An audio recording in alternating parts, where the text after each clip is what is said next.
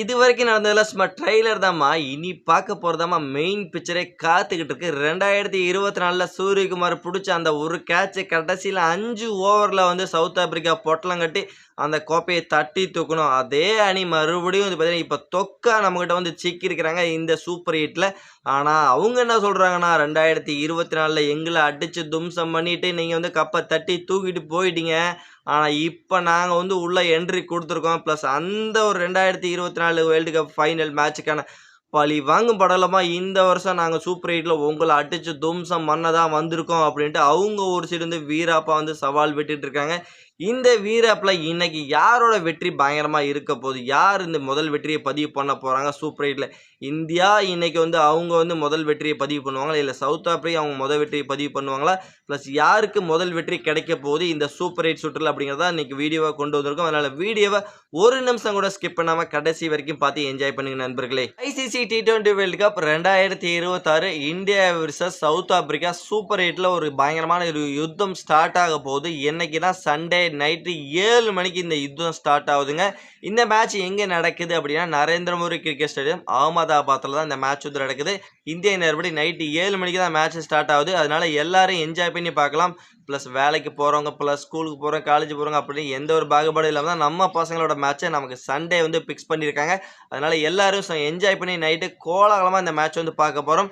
இப்படிப்பட்ட மேட்ச்சில் வந்து பார்த்தீங்கன்னா சூப்பர் 8 மொதல் மேட்ச் இந்தியா விளையாடுறாங்க. இந்த மேட்ச் இந்தியா வெற்றியோடு ஆரம்பிப்பாங்களா இல்லை இந்தியாவுக்கு ஏதாவது ஒரு பாதிப்பை வந்து சவுத் ஆப்பிரிக்கா உண்டாக்குவாங்களா? ஏன்னா சவுத் ஆப்பிரிக்கா பார்த்தீங்கன்னா இந்தியாவை வேறு மாதிரி விளையாண்டு தான் உள்ளே வந்திருக்காங்க. அந்த சூப்பர் 8 பொறுத்த வரைக்கும் இந்தியா வந்து பார்த்தீங்கன்னா மொதல் மேட்ச்சில் கொஞ்சம் தடுமாற்றம் இருந்தது. ப்ளஸ் அதுக்கப்புறம் வந்து ஃபைட் பேக் பண்ணாங்க. ப்ளஸ் ஓவராலாக சின்ன சின்ன அணிகளுக்கு எதிராக வந்து இந்தியா கொஞ்சம் வந்து ஒரு பிசிறு அடிச்சது. ஆனால் அந்த பாகிஸ்தான் அப்படிங்கிற டீமுக்கு எதிராக வேற மாதிரி இருந்தாங்க நம்ம பசங்க. சும்மா கெத்தா 61 வித்தியாசத்தில் ஜெயிச்சது மட்டும் அவங்கள பொட்டலம் கட்டினாங்க. அந்த மாதிரி ஒரு டெரிஃபிக்கான ஒரு அணியை அடிச்சுட்டு உள்ள இந்த சூப்பர் 8க்குள்ள சும்மா வேற ரகமாக உள்ள குதிச்சிருக்கோம். ஆனால் சவுத் ஆப்பிரிக்காவை பொறுத்த வரைக்கும் பார்த்தீங்கன்னா அவங்களும் நியூசிலாந்து மாதிரியான ஒரு பெரிய பெரிய அணியை அடிச்சுட்டு தான் வந்து பார்த்தீங்கன்னா இந்த சூப்பர் 8க்குள்ளேயே குதிச்சிருக்காங்க. 2024 வேர்ல்டு கப் ஃபைனல் நீங்கள் யாரும் மறந்துருக்க மாட்டீங்கன்னு நினைக்கிறேன்.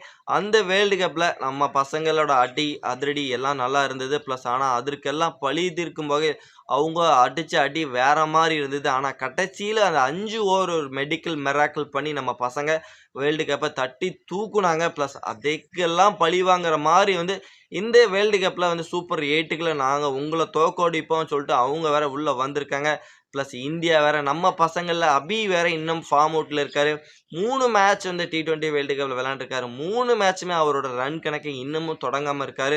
அவரோட கான்ஃபிடன்ஸ் லெவல் ரொம்ப ரொம்ப ரொம்ப லோவாக இருக்கும். ப்ளஸ் ஏன்னா எப்படியாவது அந்த ஒரு ரன்னை கம்ப்ளீட் பண்ணாருன்னா அதுக்கப்புறம் அவரோட பேட்டை வேற மாதிரி இருக்கும். அவரோட அவரோட பேட்டிங்கை இன்னைக்கு மறுபடியும் கொலாப்ஸ் பண்ணுறதுக்கு ஏதாவது ஒரு முயற்சிங்கிறது பண்ணுவாங்க. எஸ்பெஷலி எய்டன் மார்கம் வந்து இன்னைக்கு வந்து மொதல் ஓவரே வந்து அவர் மொதல் ஓவர் வந்து பவுல் பண்ணுறதுக்கு வாய்ப்பு அதிகமாக இருக்குது. அபிஷேக் சர்மா பேட் பிடிக்கிறாங்கன்னா எய்டன் மார்க்கத்தை வச்சு அவங்க வந்து எப்படியா அக்கௌண்ட் ஓப்பன் பண்ணுவாங்க அப்படிங்கிற மாதிரி எனக்கு தோணுது. ஏன்னா அவரோட ஓவரில் அவரோட விக்கெட் எடுக்கிறது தான் பார்ப்பாங்க. இந்த மாதிரி இன்னைக்கு எப்படியாவது அபியை பொறுத்த வரைக்கும் ஒரு ரன் அடித்து அபிஷேக் சர்மா ஒரு ரன் அடித்து ப்ளஸ் அது ஒரு 100 அடித்த மாதிரி ஒரு செலிப்ரேஷன் பண்ணி சந்தோஷத்தை அந்த கான்ஃபிடன்ஸை உள்ளே வர வச்சுட்டு அதுக்கப்புறம் இன்னைக்கு ஒரு ரன் வேட்டையை ஆரம்பித்தார்னா ப்ளஸ் இந்திய ரசிகர்களுக்கெல்லாம் ரொம்ப ரொம்ப ரொம்ப சந்தோஷமாக இருக்கும் அப்படிங்கிறது என்னோட கருத்தாக இருக்குது. ஏன்னா இந்த பிச்சை பொறுத்தவரைக்கும் நரேந்திர மோடி பிச்சை பொறுத்த வரைக்கும் பார்த்தீங்கன்னா இனிஷியல் ஸ்டேஜில் பயங்கரமாக ஃபாஸ்ட் பவுலருக்கு வந்து ரொம்ப ரொம்ப சப்போர்ட் பண்ணுங்க. ப்ளஸ் அவங்க சைடு ரபாடா இருக்காரு, லிங்கிடி இருக்காரு. ப்ளஸ் அவங்களோட அட்டாக் வேற மாதிரி இருக்கும். நியூ பாலில் அவங்களோட நல்ல ஃபாஸ்ட் பவுலர் அட்டாக் நல்லா இருக்கும். ப்ளஸ் பிச்சும் அந்த மாதிரி தான் ரியாக்ட் பண்ணும். அவங்களுக்கு நல்லா சப்போர்ட் பண்ணும் ஃபாஸ்ட் பவுலர்களுக்கு. அந்த இடத்துல அவங்கள கொஞ்சம் கவனமாக விளையாண்டுட்டோம் அப்படின்னா இந்த பிச்சில் ரன்ஸுங்கிறது பிச்சுக்கிட்டு போகுங்க. சரியான ஒரு பேட்டிங் விக்கெட்டு நரேந்திர மோடி ஸ்டேடியத்துக்கு ஃபர்ஸ்ட் இன்னிங்ஸ் ஆவரேஜ் ஸ்கோரே வந்து பார்த்தீங்கன்னா 200க்கு மேலே இருக்குது. அதனால் போட்டு பொட்டலாம் கட்டலாம். எந்த இந்தியாவும் சரி சவுத் ஆப்பிரிக்காவும் சரி ரன் மழை இன்றைக்கி வந்து பொழிய போகுதுன்னு சொல்லியே ஆகணும். ஸ்பின்னர்ஸோட இந்த கிரவுண்டு கொஞ்சம் பெரிய கிரவுண்டு அப்படிங்கனால ஸ்பின்னர்ஸோட ஆதிக்கமும் கொஞ்சம் இருக்கும். ப்ளஸ் ஸ்பின்னர்ஸை கொஞ்சம் கவனமாக விளையாடலைன்னா ப்ளஸ் வந்து நீங்கள் வந்து சீக்கிரமாக அவுட்ஃபீல்டு வெளியில் போகாது கேட்ச் ஆகிடுவீங்க. அதனால் ஸ்பின்னர்ஸையும் கொஞ்சம் கவனமாக விளையாடணும். இந்த மேட்சை பொறுத்த வரைக்கும் 2 டீமோட பலம் அப்படிங்கிற வந்து பலம் என்னன்னு நீங்கள் எடுத்து பார்த்தீங்கன்னா சவுத் ஆப்பிரிக்கா ஃபஸ்ட்டு நான் சொல்லிடுறேன். சவுத் ஆப்பிரிக்கா இந்த 2024 T20 வேர்ல்டு கப் இந்தியா கூட என்னைக்கு ஃபைனல் வந்தாங்களோ அன்னையிலேருந்து அவங்களோட விஸ்வரூபம் வேற மாரி இருந்துகிட்டு இருக்குங்க. ப்ளஸ் அவங்கள்ட்ட அந்த சவுத் ஆப்பிரிக்கா இந்தியாவில எப்படி இந்தியா ஐபிஎல் விளையாடுறாங்களோ, அதே மாரி சவுத் ஆப்பிரிக்கா T20 அந்த லீக்ல விளையாண்டு ப்ளஸ் அவங்களும் குவாலிட்டியான பிளேயர்ஸ் வந்து கண்டெடுக்க ஆரம்பிச்சுட்டாங்க. கண்டெடுத்ததுக்கப்புறம் ப்ளஸ் அவங்களோட இந்த T20 டீம் வந்து T20 டீம் மட்டும் கிடையாது. T20, டெஸ்ட்டு, ஓடிஐ அப்டின்ட்டு அவங்களோட டீம 3ஆ பிரிச்சுட்டாங்க. அப்படி பிரிக்கும்போது பார்த்தீங்கன்னா, ஒவ்வொரு டீமும் பக்காவா வந்து பிளான் பண்ணி ரெடி பண்ணி வச்சிருக்காங்க. ஒவ்வொரு டீம்லயும் பார்த்தீங்கன்னா, இந்த T20ன்னு வந்துட்டா இப்படி வந்து அதிரடி ஹிட்டர்ஸ் தான் எங்களுக்கு வேணும் அப்படின்ட்டு, கடைசியில 11 பேர் வரைக்கும் அதிரடி ஹிட்டராவே வந்து வச்சிருக்காங்க சவுத் ஆப்பிரிக்கா பொறுத்தவரைக்கும். அவங்களோட விஸ்வரூபம் இப்ப வேற மாரி இருந்திருக்கு. இந்த T20ய பொறுத்தவரைக்கும் ஸ்டார்ட்டிங்ல இருந்தே எய்டன் மார்கன்லேருந்து, குயின்டன் டிகாக்லேருந்து அதுக்கப்புறம் அவங்களோட மில்லர்லேருந்து கடைசி வரைக்கும் பார்த்தீங்கன்னா, ஸ்டப்ஸ், பிரேசில் இந்த எல்லாரும் ஒரு அதிரடி பவர் ஹிட்டரா இருந்துட்டு இருக்காங்க சவுத் ஆப்பிரிக்கா பொறுத்தவரைக்கும். அதனால அவங்கள நீங்க வந்து சாதாரணமா எடை போட முடியாது. நமக்கு எதிரா இப்போ வந்து சீரிஸ் கூட விளையாண்டுட்டு போனாங்கல்ல. டெஸ்ட், ஓடிஐ சீரிஸ்ல, T20 சீரிஸ்ல விளையாண்டுட்டு போனாங்கல்ல. அந்த சீரிஸ்லயே நீங்க வந்து பார்த்திருப்பீங்க. சவுத் ஆப்பிரிக்கா நமக்கு எந்த அளவுக்கு ஒரு ஃபயரிங் பெர்ஃபார்மன்ஸ் குடுத்தாங்க. எந்த அளவுக்கு ஒரு டேஞ்சர் டீமா இருந்தாங்க அப்படின்னு உங்களுக்கே தெரியும். அதே அது மார்க்கோ யான்சன் அவரோட ஸ்பெல் வேற மாரி இருக்கும். இந்த நியூ பால்ல அவரோட ஸ்பெல்லையும் தாக்கு பிடிக்கணும் இந்தியா. பிளஸ் அவரோட பேட்டிங்கும் பார்த்தீங்கன்னா வேற மாரி இருக்கு. இந்த மாரி விஸ்பரூவம் எடுத்துட்டு இருக்காங்க. பிளஸ் சவுத் ஆப்பிரிக்காவோட அவங்களோட இந்த டீம பொறுத்தவரைக்கும், இது அவங்களோட பயங்கரமான ஒரு ஸ்ட்ரென்த்தாவே மாறிட்டு இருக்கு. அவங்களோட பலவீனம் என்னவா இருந்திருக்குன்னா, பிளஸ் அவங்களோட பலவீனம் அப்படின்னு பார்த்தீங்கன்னா, பெரிய பெரிய ஐசிசி தொடர்ல கொஞ்சம் வீக்னஸா வந்து இருப்பாங்க. பிளஸ் அவங்களோட இந்த ஃபாஸ்ட் பவுலிங் இந்த ஸ்டார்ட்டிங்ல அந்த பவர் பிளே அட்டாக் பண்ணிட்டோம் அப்படின்னா, மிடில் ஓவர்ஸ்ல இவங்கள வேற மாரி விக்கெட் எடுத்துடலாம். பிளஸ் அந்த அவங்கள எல்லாமே பவர் ஹிட்டரா இருக்கனால, அவங்கள வந்து பார்த்தீங்கன்னா, அடிக்க விட்டு விக்கெட் எடுத்தோம் அப்படின்னா, ஈஸியா வந்து அவங்கள வந்து முடிச்சு கட்டிடலாம். சவுத் ஆப்பிரிக்காவோட ஸ்ட்ரென்த்தே அவங்களோட பவர் ஹிட்டர்ஸ் தான். அந்த பவர் ஹிட்டர் வச்சு தான் இந்தியா வந்து அட்டாக் பண்ண பார்ப்பாங்க ஃபிரெண்ட்ஸ். ஓகே. நம்ம பசங்களோட பலம் அப்படின்னு நீங்க எடுத்து பார்த்தீங்கன்னா, நம்ம பசங்க இப்போ வந்து வேற மாரி இருக்காங்க. பிளஸ் இதுவரைக்கும் நடந்ததெல்லாம் சும்மா சாதாரண மேட்ச் தான்யா. சும்மா ட்ரெய்லர் தான். இனி பார்க்க போறது தான் மெயின் பிக்சரே இருக்கு. பிளஸ் இனி தான் சூப்பர் 8க்குள்ள சும்மா கெத்தா வேற ரகமா குதிச்சிருக்கோம். அப்படி இருக்கும்போது நம்ம பசங்களோட ஆட்டம் எப்படி இருக்க போகுதுன்னு நம்ம சொல்லியே ஆகணும்.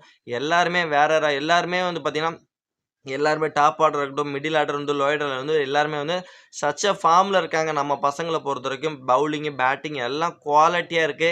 பிளஸ் வருண் சக்கரவர்த்தி ஸ்பின்னை எப்படி இவங்க வந்து எப்படி இவங்களோட வருணோட அட்டாக்கை எப்படி இவங்க தாக்கு பிடிக்க போறாங்க, பும்ராவோட அட்டாக்கை எப்படி இவங்க தாக்கு பிடிக்க போறாங்க தான் பெரிய விதியா இருக்கு. பிளஸ் நம்ம பசங்க ஒருத்தர் மட்டும் ஃபார்முக்கு வந்துட்டாருன்னா, இனி வந்து இந்தியாவை யாராலையும் அடிக்க முடியாது அப்படிங்கிற மாதிரி இருக்கு. ஏன்னா அபிஷேக் சர்மாவோட ஃபார்ம் வந்து கொஞ்சம் கேள்விக்குறியா இருக்கு. அவரோட ஃபார்ம் கேள்விக்குறியில அவர் வந்து கரெக்ட்டா வந்து பிளான் பண்ணி தொக்கா தூக்குறாங்க அப்படிங்கிற மாரி தெரியுதுங்க. அவர் ஃபார்ம் அவுட் ஆவல.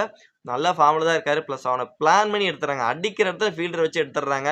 அதுதான் அவர்ட்ட ஒரு கீ பாயிண்டர். ஸ்லோ பால் போட்டா அவர் விக்கெட் உழுவுங்கிறது ஆசிய கோப்பை 2025லயே பார்த்தோம். ஸ்லோ பால்ல அவர் ஈஸியா வந்து அவர் விக்கெட் எடுத்துடலாம்.